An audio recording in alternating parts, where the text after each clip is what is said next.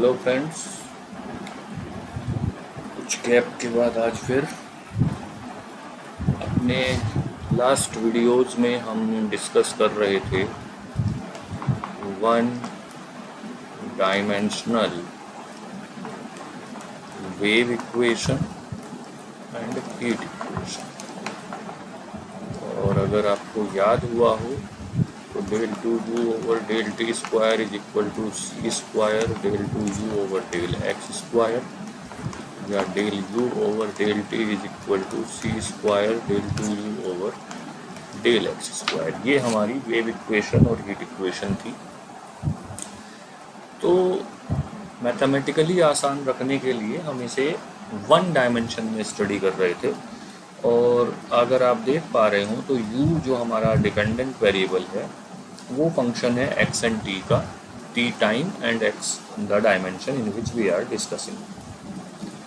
And then after अगर हम इसे कहें कि भाई टू डायमेंशनल वेव इक्वेशन और हीट इक्वेशन क्या होगी, तो इट इज़ क्वाइट ईजी कि हम अगर वेव इक्वेशन की बात करें तो del two u over del t square is equal to c square del two u over del x square plus del two u over del y square. And similarly heat equation हो जाएगी del u over del t is equal to c square del two u over del x square plus del two u over del y square. तो अगर हम hardcore mathematics की बात करें तो हमें ये पढ़ना भी चाहिए और पढ़ाया भी जाता है, यूजुअली पीजी में पढ़ाया जाता है।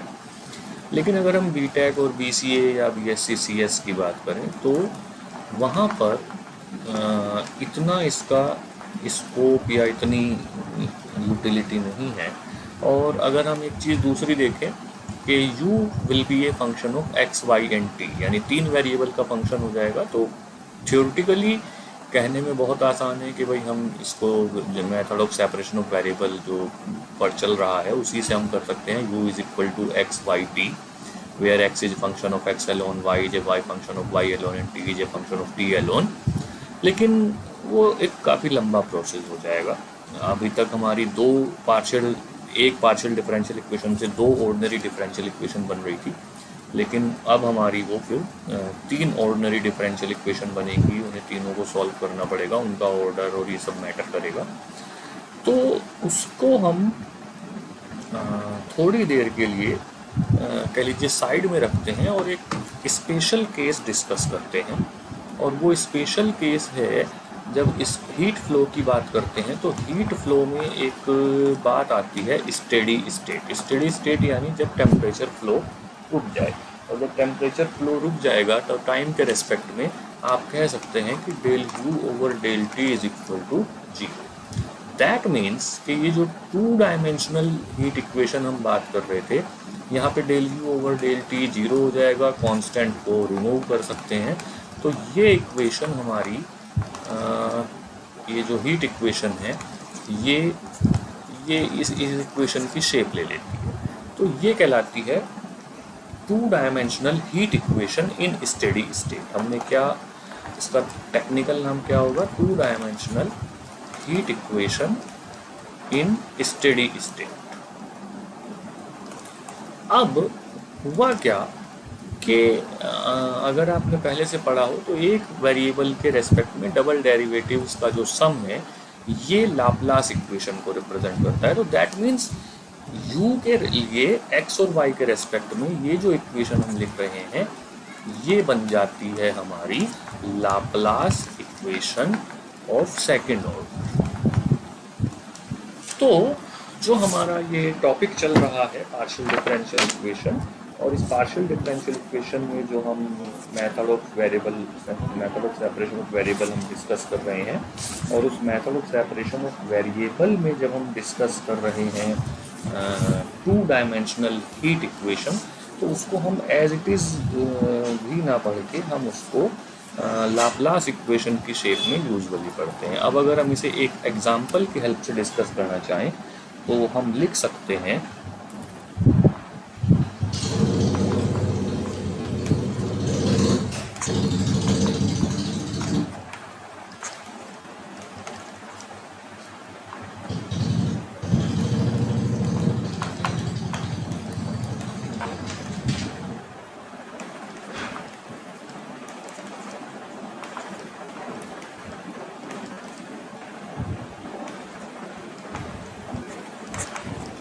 तो आप यहीं से मैं डिस्कस करना चाहूँगा या बात करना चाहूँगा कि अभी तक हमारे पास एक प्रॉब्लम की नेचर होती थी। नेचर मीन्स कि हम कहते थे कि भाई ये वेव इक्वेशन है तो यहाँ पे कुछ एक्स साइन का ग्राफ बनेगा, या हम कहते थे कि ये हीट इक्वेशन है तो यहाँ पे कुछ एक्सपोनेंशियली डिकेइंग या कुछ इस तरह की शेप बनेगी। लेकिन यहाँ पर जब हम देख रहे हैं कि भाई कोई भी जनरल मतलब कोई एक पर्टिकुलर नेचर नहीं है और एक जनरल शेप है, तो ये क्वेश्चन उतना ही लंबा हो जाएगा। तो पहले मैं ज़रा इसको शुरू करता हूँ। तो यहाँ पर u x Y is equal to x x y y, ये हम सॉल्यूशन मानेंगे। और ये सॉल्यूशन मानने के बाद हम इसको पूरे को कह लीजिए वही प्रोसेस रिपीट करेंगे जो हम method of separation of variables के हर क्वेश्चन में कर रहे हैं। तो मैं उसको यहाँ रिपीट नहीं कर रहा और मैं अब सीधे कुछ पर्टिकुलर केसेस डिस्कस कर रहा हूँ। जैसे कि हम जब इस शेप पे ले आते हैं अपने इक्वेशन को x double dash upon x is equal to minus Y double dash upon Y is equal to k, तो यहाँ से 3 केस बनते हैं। और पहला केस बनता है कि let be k is equal to minus P square. तो जब k is equal to minus P square लेंगे, पहले हम ले रहे हैं प्लस पी स्क्वायर। तो पहले हमने लिया के is equal two plus P square, तो उसके लिए मैं सीधे सॉल्यूशन लिख रहा हूँ कि जो सॉल्यूशन बनेगा वो बनेगा u x Y is equal to c one e to the power p x plus c two E to the power minus p x, c three cos p Y plus c four sine p Y. और उसके बाद इसमें जब हम condition put करते हैं तो condition put करने के लिए जो हमारी पहली कंडीशन है दैट इज हमारी पहली कंडीशन है u zero Y is equal to zero. u zero Y is equal to zero जब आप पुट करेंगे तो ये तो रैंडम हो जाएगा और यहाँ से आपको मिल जाएगा c1 plus c2 is equal to zero. तो यानी c1 is equal to minus c, तो c1 is equal to minus c2 आपको मिला। और इसी तरह से जो अगली कंडीशन है वो थी u L Y is equal to zero. तो u L Y is equal to zero से क्या होगा कि ज़रा देखिए कि जो हम अभी तक करते आ रहे थे वो क्या हो जाएगा, c1 बाहर ले लेते हैं e to the power P L minus e to the power minus P L c3 cos P Y plus c4 sine P. और अब c1 को जीरो लिया तो पूरा सॉल्यूशन जीरो हो जाएगा, y के रेस्पेक्ट में रैंडम है। तो इसका मतलब हम कह रहे हैं कि e की power P L minus e की पावर माइनस पी एल को जीरो होना पड़ेगा, विच इज़ इम्पॉसिबल, क्योंकि कोई भी जो एक्सपोनेंशियल पावर है वो पॉजिटिव और नेगेटिव के लिए एक साथ इक्वल नहीं हो सकती। तो ऐसे में यानी हम कुल मिला के इस कंक्लूजन पे पहुँचे कि भैया ये सॉल्यूशन पॉसिबल नहीं है। और जब ये सॉल्यूशन पॉसिबल नहीं है तो इसका मतलब जो हमारा सॉल्यूशन है वो पॉसिबल नहीं होगा। सो जो हमारा पहला केस था k is equal to p square, that is not possible as per the conditions. अगला केस हम डिस्कस करते हैं। तो वापस हम यहीं आते हैं, x double dash x is equal to minus Y double dash upon Y is equal to g. और जब हमने जीरो लिया तो इसका मतलब x is equal to c four x plus C5x plus C6 और y is equal to C7y plus C8 और u is equal to हो जाएगा C5x plus C6 and C7 plus C8। और यहाँ पर भी जब आप देखेंगे कि जब आप दो कंडीशन में, इसीलिए थोड़ा सा इसको जल्दी निकाल रहा हूँ, u zero Y is equal to u L Y is equal to zero put करेंगे तो ये फिर से ट्रिवियल सॉल्यूशन की कंडीशन आ जाएगी।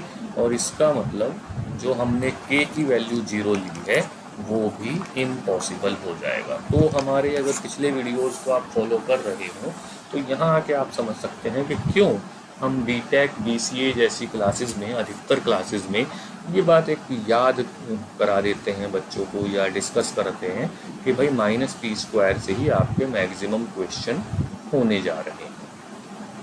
अब हम लेते हैं माइनस पी स्क्वायर। तो हम लेके चले X double dash upon x is equal to minus Y double dash upon Y is equal to minus P square. तो जब हम माइनस पी स्क्वायर लेंगे तो अब हमारा जो सॉल्यूशन आ रहा है वो x is equal to C 9 cos P x plus C 10 sine P X और y is equal to C 11 E to the power P Y plus C 12 E to the power minus P Y. यहाँ पर एक ही type की auxiliary equation बार बार बनेगी, तो मैं नहीं समझता कि उसे बार बार लिखने की आवश्यकता है। मेरे पिछले वीडियो से आप उसे उठा सकते हैं। तो C 9 cos P x plus C 10 sine P X into C 11 E to the power P Y plus C 12 E to the power minus P Y. और फिर से हम पहली कंडीशन पे आते हैं, यानी अब ये मैं एक बार यहाँ पे सारी चीज़ें रिपीट कर देता हूँ कि हमारे पास हैं U zero Y is equal to U L Y is equal to U X zero is equal to zero and U X A is equal to sine N pi x by L.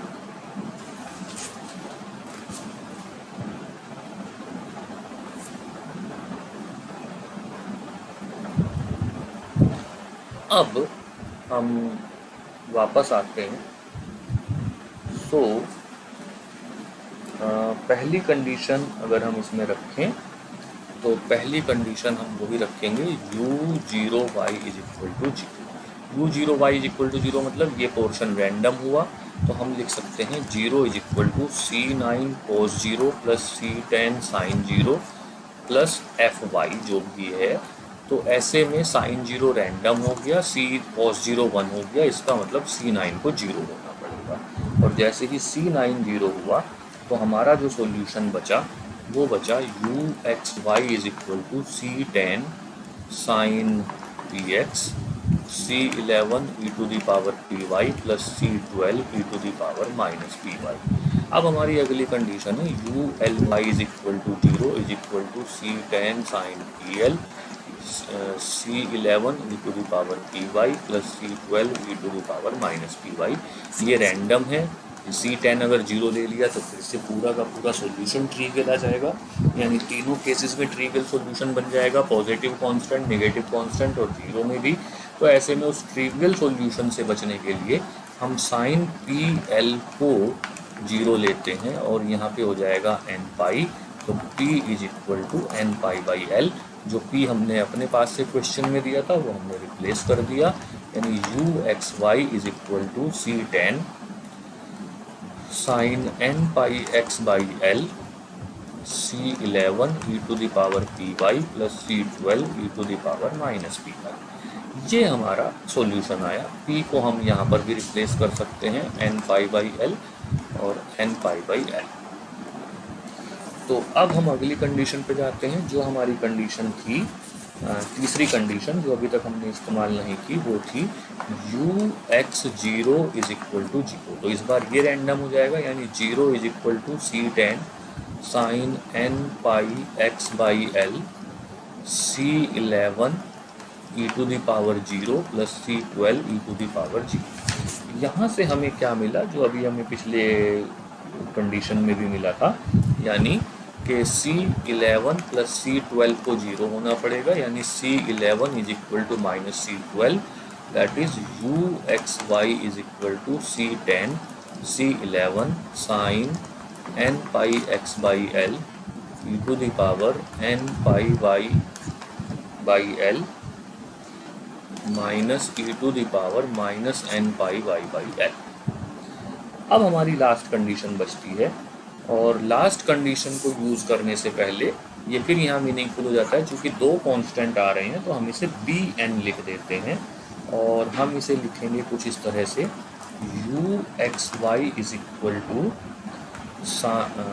B N sine N pi x by L E to the power N pi Y by L minus E to the power minus N pi Y by L और जब ये B N हमने लिखा, अब last condition पे आ जाते हैं, यानी U X A is equal to sine N pi x by L is equal to B N sine N pi x by L